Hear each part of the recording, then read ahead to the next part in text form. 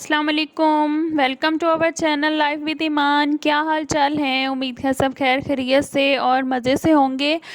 शामी कबाब जो हैं वो हर घर की ज़रूरत है, चाहे वो बच्चों के सैंडविचेस के लिए आप बना के सेव करें या आप मेहमानों के लिए बनाएं।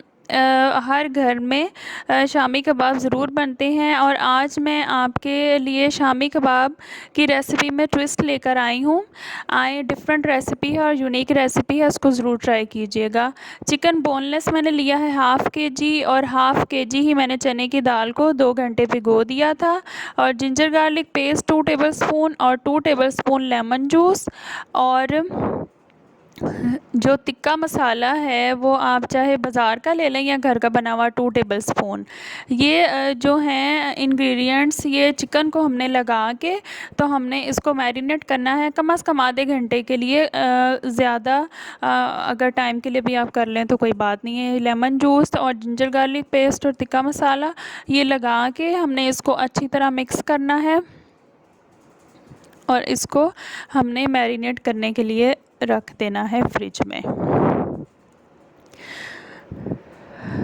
बहुत अच्छा कबाबों का ये फ्लेवर आता है और जैसे हम चिकन टिक्का खा रहे हो वैसा टेस्ट आता है कबाबों में। और बच्चों को भी ये बहुत ही डिफरेंट रेसिपी और मज़े की रेसिपी लगी थी। अब हम दाल की तरफ आ जाते हैं। दाल को हमने 2 घंटे भिगोया था और ज़ीरा मैंने 1 टेबलस्पून लिया, नमक 1 टीस्पून लिया और मैंने साबुत सुरख मिर्चें 7 से 8 ली और सिनामोन स्टिक्स जो दालचीनी है वो मैंने 2 से 3 स्टिक्स इसकी ली।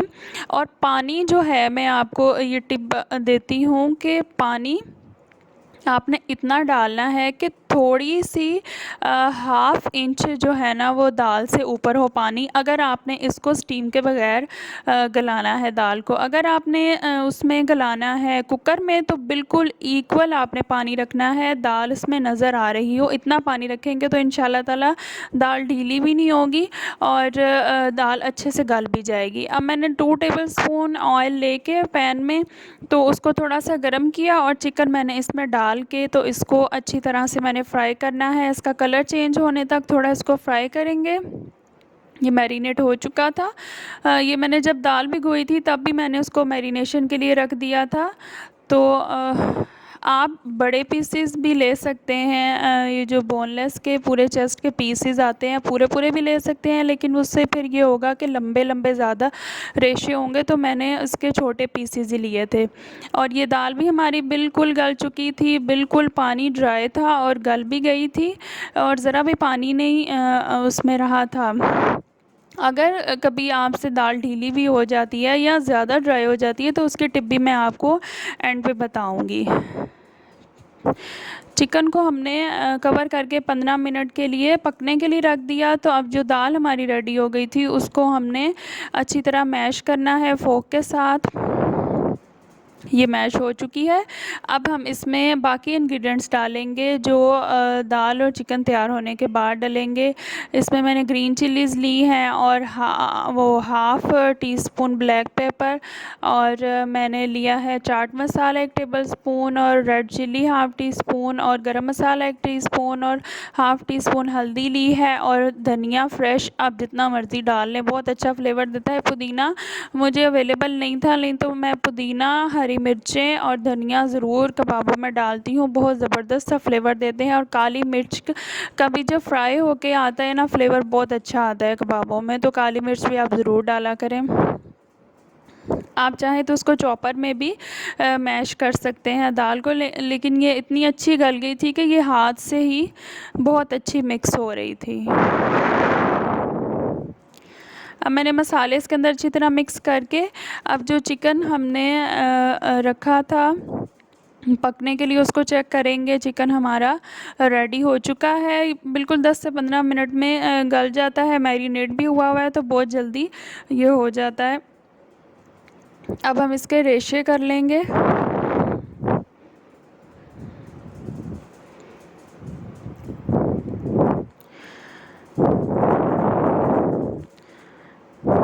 इसके रेशे हमने कर लिए।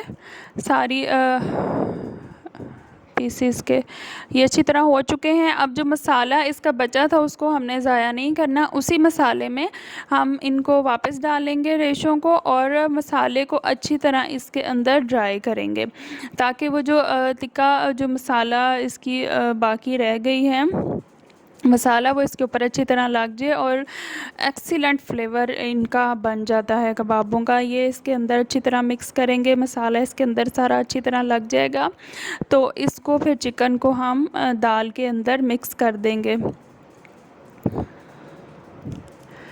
बाकी प्रोसेस तो ज़ाहिर है सबको पता ही होता है, हर घर में कबाब बनते हैं, और जो हमारी फूड लवर हम जैसी फैमिलीज़ हैं उनमें तो ज़रूर ही कोई ना कोई हर वक्त चीज़ चाहिए होती है, और कबाब एक एक्स्ट्रा डिश के तौर पे भी आते हैं, और लाजमी भी डिश होती है। हम किसी की दावत भी करें उस पर भी हम ज़रूर ही बनाते हैं, चार राइस के साथ बहुत अच्छे लगते हैं। अब ये हॉट हैं और इसको आप स्पून के साथ भी मिक्स कर सकते हैं, लेकिन आपने दाल को मैश भी हॉट ही करना है, उसको ठंडा नहीं होने देना, नहीं तो वो बहुत ज़्यादा ड्राई हो जाती है। दाल को भी गरम गरम मैश करेंगे, और चिकन को डाल के भी गरम गरम, मैं हाथ से करी थी, मुझे तसल्ली नहीं होती है स्पून के साथ, तो मैंने इसको अच्छी तरह हाथ से मिक्स कर लिया। और ये हर चीज़ इसके अंदर अच्छी तरह मिक्स हो चुकी है। तो बस हम इसके अब कबाब बनाना स्टार्ट करेंगे। एज़ यूजुअल ईमान फ़ातिमा ने ज़रूर हर चीज़ में टांग अड़ानी होती है, इसको बहुत शौक़ है, तो मैंने फिर उसको मना नहीं करती कि चलो उसको शौक़ है तो थोड़ा बहुत इसको मैं बनाने देती हूँ। उसे शौक़ पूरा कर लिया 3-4 कबाब बनाने में, फिर बाकी के मैंने बना लिए। तो ये रेडी हो गए थे। 30 कबाब तैयार हुए थे, हाफ़ केजी दाल और हाफ़ केजी चिकन के साथ। तो अब मैंने अंडा बीट करके, तो अब मैंने आपको 3 से 4 कबाब मैं फ्राई करके दिखा दूंगी, और बाकी मैंने फ्रीज़र में स्टोर कर लेने हैं। एक प्लास्टिक के कंटेनर में पेपर रख के, और उनके ऊपर एक एक सिंगल सिंगल रख के, फिर इसके ऊपर एक लेयर रख के, प्लास्टिक शीट की रख लें या पेपर की रख के, तो ऊपर लेयर्स लगा लगा के उसको सेव करेंगे इंशाल्लाह। वो भी मैं किसी वक्त आपको सेव करना भी फ्रीज़र में चीज़ें बताऊंगी, समोसे, रोल वगैरह और ये कबाब वगैरह को कैसे आप अच्छे से फ्रीज़। और अगर दाल में पानी बच जाता है और दाल गल चुकी होती है तो आप उसका पानी अच्छी तरह ड्राई कर लें, और अगर गीली हो गई है तो आप उसमें ब्रेड क्रम्स डाल लें, या खुश्क ब्रेड जो होती है बग़ैर वेट किए आप उसको उसमें डाल लें, तो वो जज़ब हो जाएगा पानी और ठीक हो जाएगी। और अगर ज़्यादा ड्राई हो गए है तो आप उसमें 2 एग्स डाल लें या 1 एग डाल लें क्वांटिटी के हिसाब से।